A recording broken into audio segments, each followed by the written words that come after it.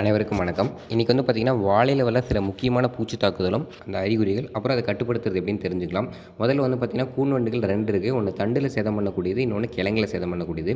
தண்டு கூன்வண்டை எப்படி கட்டுப்படுத்தலாம் அப்படின்னா, பக்கக்கன்றுகளை வந்து நீக்கிறது மூலமாகவும், மோனோகுட்டோபாஸ் 1 ml per லிட்டர் கலந்து தெளிக்கிறது மூலியமாகவும், குளோரிபைரிபாஸ் வந்து பார்த்திங்கன்னா, அந்த செடியை சுற்றி ஊற்றுறது மூலிமா, அப்படி இல்லைனா 2 ml 2 ml வந்து ஊசி மூலியமாக வந்து பார்த்திங்கன்னா, அந்த தண்டில் வந்து மருந்து செலுத்தி கட்டுப்படுத்தலாம்.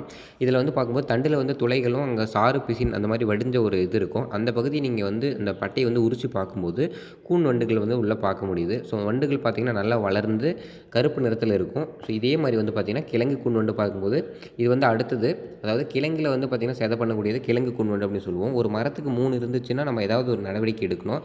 ஸோ இது வந்து அடியோட மரம் சாஞ்சிரும். மரம் வந்து தண்டில் ஒடியாது. மரம் வந்து அடியோட சாஞ்சிரும் இந்த பாதிப்பு இருந்துச்சுன்னா. இளங்கன்று இருந்தால் கண்டிப்பாக வந்து வளரவே வளராது. ஸோ இது எப்படி கட்டுப்படுத்தலாம் அப்படின்னா வந்து பார்த்திங்கன்னா, வண்டு வந்து நம்ம கவர்ந்து அழிக்கணுன்றதுக்காக ஒரு பானையில் வந்து அந்த கிழங்கோட துண்டுகளையும் தண்ணியை நம்ம ஊற்றி வைக்கும்போது ஒரு ஹெக்டருக்கு 15 இந்த மாதிரி வைக்கும்போது வந்து பார்த்திங்கன்னா, வண்டுகளை வந்து கவர்ந்து அழிக்கலாம்.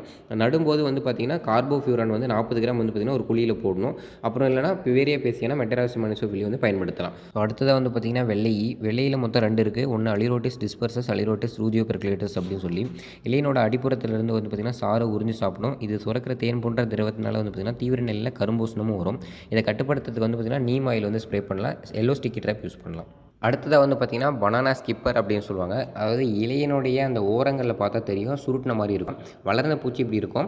ஸோ இந்த உள்ளே இருக்கிற அந்த இலைகளை வந்து சுருட்டி அது உள்ளே வந்து பார்த்திங்கன்னா, ஒவ்வொரு இதுலேயும் பார்த்திங்கன்னா ஒவ்வொரு புழுக்கள் இருக்கும். இந்த இதை நம்ம எடுத்து பார்த்தா உங்களுக்கு வெண்மை நேரத்தில் வந்து பார்த்திங்கன்னா அந்த புழுக்கள் இருக்கும். ஸோ இந்த புழுக்கள் வந்து இலையை சுருட்டி அது அப்படியே சாப்பிட்டு முழுசாக வந்து சேதத்தை உண்டாக்குது.